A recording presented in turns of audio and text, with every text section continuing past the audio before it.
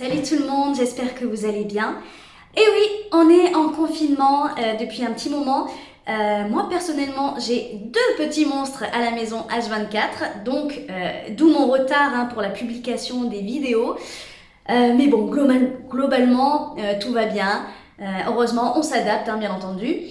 Je pense que vous avez hâte de voir vos guidances pour le mois d'avril.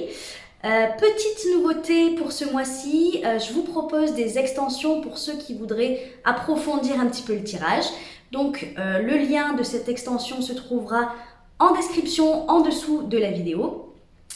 Et pour finir, je voulais vraiment vous remercier du fond du cœur pour tous les magnifiques messages d'amour et de soutien que vous m'envoyez. Ça m'apporte énormément, vous êtes au top. Voilà, je vous laisse avec votre guidance pour le mois d'avril. Ciao ciao! Coucou les Capricornes, j'espère que vous allez bien. On va commencer tout de suite avec vos énergies pour le mois d'avril 2020. Allez. Ok. Allez, l'énergie des Capricornes. Ok. Alors, je vais peut-être en demander une autre. L'énergie.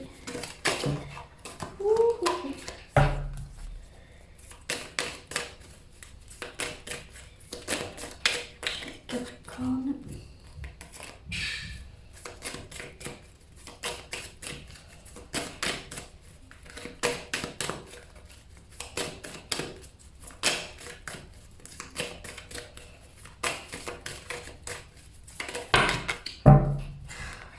Oula, il y en a un peu beaucoup là. Il y en a trop. Visiblement, vous avez peur de quelque chose. Ok, dans le travail. Et en deux decks, on a la mort. Transformation. Bon, alors là, je pense que pour la majorité d'entre vous, effectivement, on va parler de la vie professionnelle là, pour le coup. C'est comme si, parce que le roi de denier, c'est votre énergie, c'est une énergie de terre, et je pense que c'est l'énergie que vous incarnez vraiment. C'est un petit peu comme votre puissance intérieure. C'est-à-dire que, visiblement, dans votre... Alors, bon, pour la majorité, comme je disais, ça concerne la vie professionnelle. Pour d'autres, on va parler de travail intérieur. Quoi qu'il en soit, il y a quelque chose que vous voulez mettre en place. Il y a quelque chose de concret, une démarche concrète que vous voulez...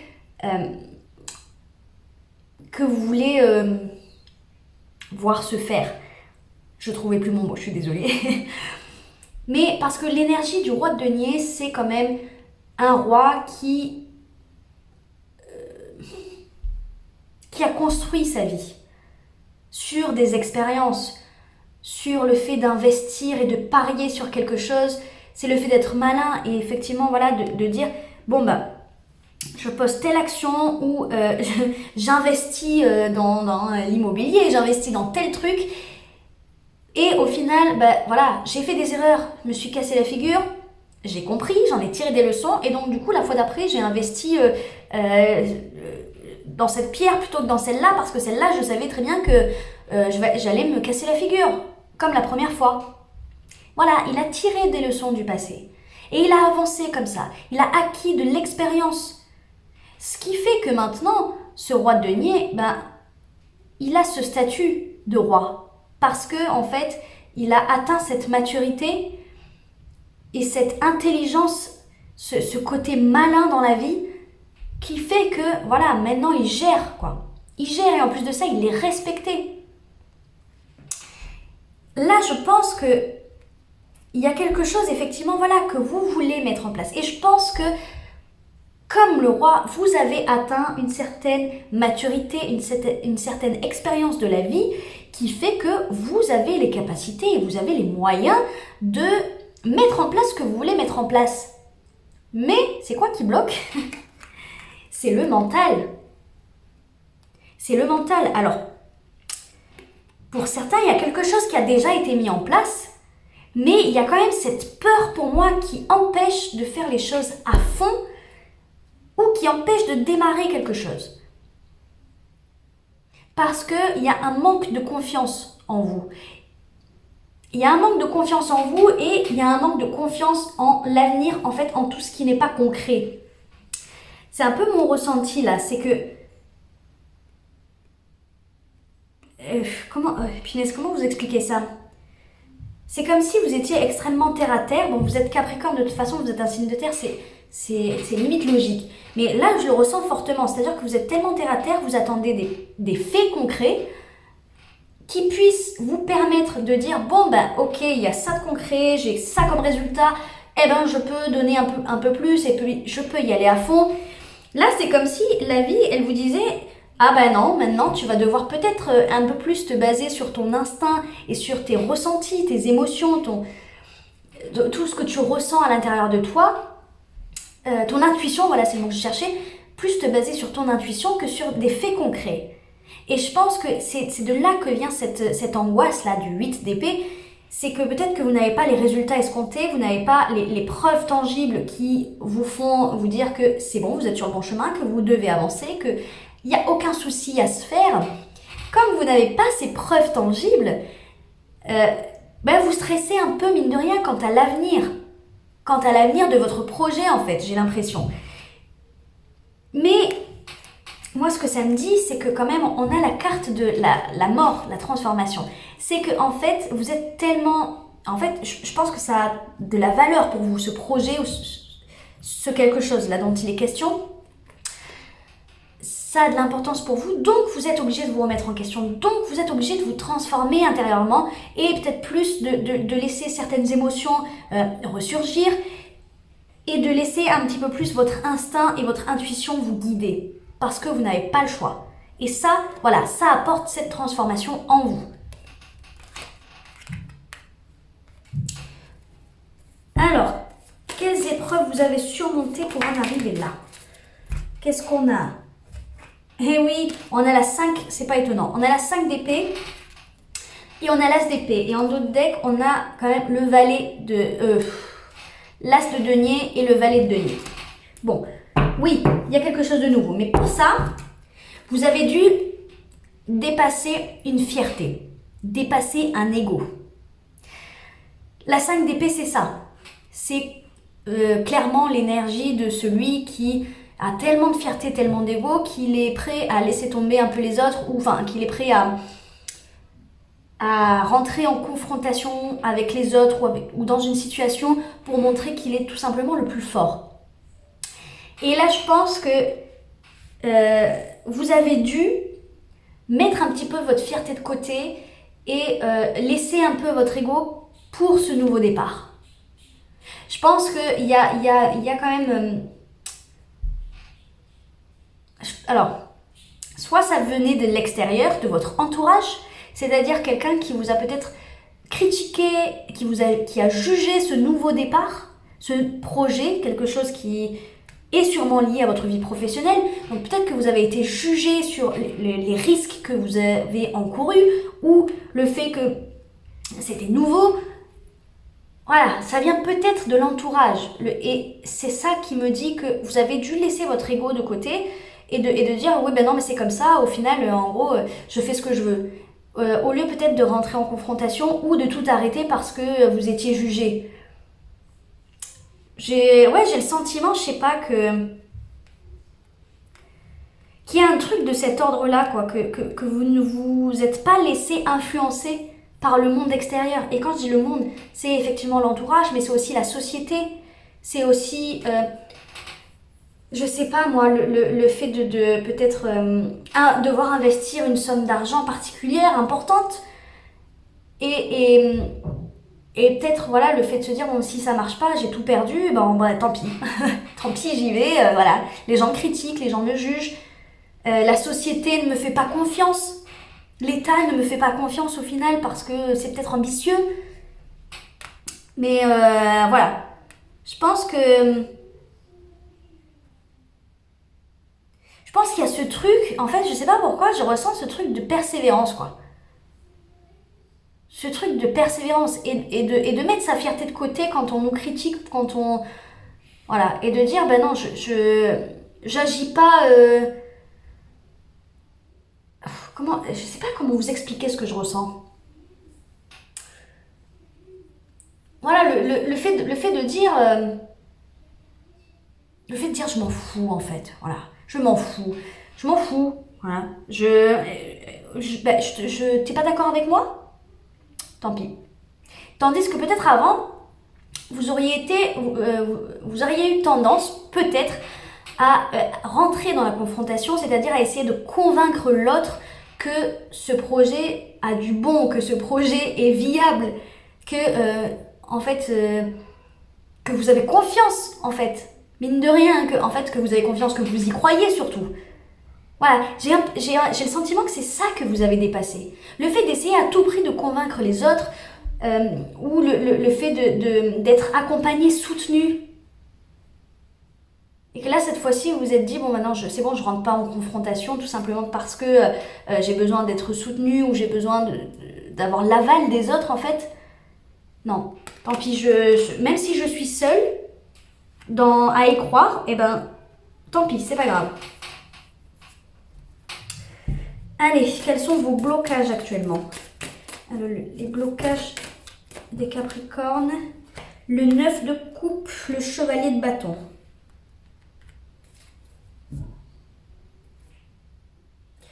Je vais en prendre une autre. Les blocages des Capricornes, s'il vous plaît. Ah non, non, là c'est trop.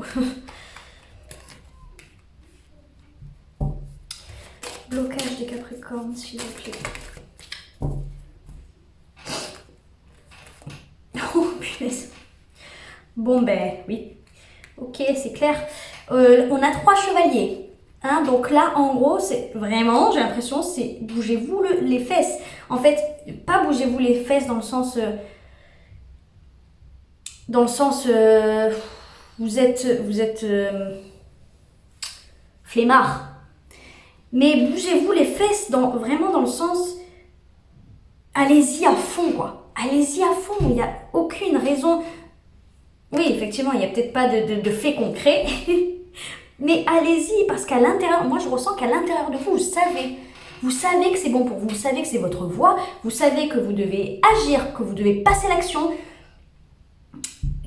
Oui, vraiment qu'il y a des actions à mener, vous le savez. Parce que pour moi, vous le ressentez à l'intérieur de vous. Le 9 de coupe, c'est les souhaits réalisés, pardon. C'est le fait aussi de profiter de quelque chose qui nous nourrit émotionnellement. Ça veut dire qu'en gros, pour moi, je pense que votre blocage, c'est ce mental. C'est quand même ce mental. Parce que même si vous avez dépassé peut-être le regard des autres, à l'intérieur de vous, il y a quand même cette petite voix qui vous dit ouais, mais c'est risqué. Est-ce que tu es sûr d'être sur le bon chemin? Bah là, voilà, je pense qu'on vous dit oui, tu es sur le bon chemin. Ton blocage, c'est tout simplement d'y croire encore plus fort. De mettre tout en œuvre pour ton projet, pour voilà, ce quelque chose de nouveau qui se passe dans ta vie. Voilà, d'y croire. Vraiment, de mettre... Les 3 chevaliers, je crois que c'est clair, quoi, c'est clair. On a le chevalier de bâton, le chevalier de denier et le chevalier d'épée. Le chevalier d'épée, c'est celui qui va aller au front, alors lui qui n'a pas peur de dire ce qu'il pense, il est lucide sur la situation, il y va, voilà. Lui, c'est vif.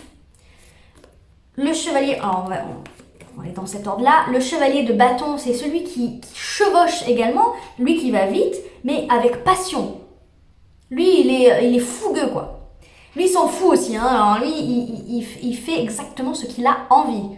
Voilà, cette phrase, vraiment, je fais ce que je veux. Elle prend tout son sens avec le chevalier de bâton. Même si tout le monde nous dit, oh, c'est compliqué, ah ouais, mais tu devrais pas faire ça, surtout en ce moment, c'est compliqué. Eh ben non. Le chevalier de bâton, il dit, je fais ce que je veux. Je m'en fous de ce que vous dites, je fais ce que je veux. Et le chevalier de denier, il nous dit, ben oui, également, hein, je fais ce que je veux, mais moi je le fais doucement mais sûrement. Voilà. Chacun de mes pas emmène une action fiable. Ce qui veut dire que, en fait, sur la durée, sur le long terme, chaque pas qu'il aura fait, ça sera fiable et donc ça sera durable. Tout le projet, tout le processus sera durable. Ce qui veut dire que là, votre blocage, c'est vraiment d'y aller avec ces trois choses-là. Peut-être équilibrer les choses aussi. Le fait d'y croire, c'est pas que faire comme lui et dire j'y vais doucement parce que je suis pas sûre, parce que je veux que chaque pas soit mesuré, calculé, précis, fiable. C'est pas le fait non plus d'y aller, et encore, je vais même pas le dire parce que je pense pas, je pense que vous êtes plus dans ce sens-là. Doucement, parce que mais ça traduit tout simplement un manque de confiance en ses capacités intérieures, c'est-à-dire le fait de se faire confiance d'avoir confiance en ses intuitions, tout ce qui relève de l'invisible. Vous êtes trop dans le concret, trop dans le terre-à-terre. Et donc, ça vous ralentit, apparemment. Ça vous ralentit. Donc là, pour moi, il est question d'équilibrer le mental. Parce que j'ai l'impression qu'il y a des moments où vous dites voilà, c'est bon, allez, je suis partie, je suis à fond, machin. Mais voilà, c'est comme si ça fusait, les idées peut-être fusaient dans votre tête. Mais j'ai l'impression que pour autant, il y a une action lente derrière. Toutes vos pensées, elles s'inscrivent très lentement dans la matière parce que, comme je disais, vous avez peur peut-être de vous investir et perdre. Vous avez peur de vous investir et que ça ne marche pas. Et là, on vous dit d'équilibrer aussi ce côté passion, ce côté feu. Équilibrer les choses. Voilà. On ne vous dit pas d'aller trop vite, hein, comme le chevalier de bâton fait, que lui, il fonce dans le mur, il s'en fout. Il fait ce qu'il veut. Mais de ne pas aller trop lentement non plus, parce que vous vous freinez tout seul.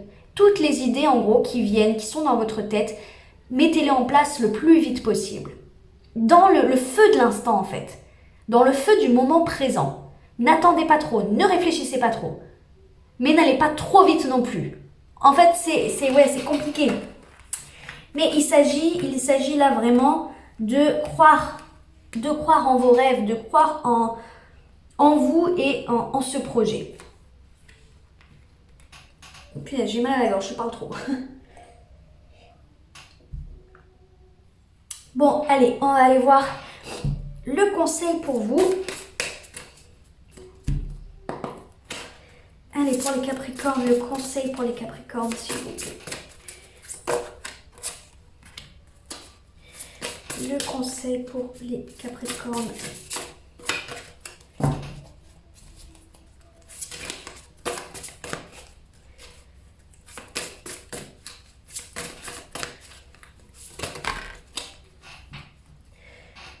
Alors, qu'est-ce qu'on a? On a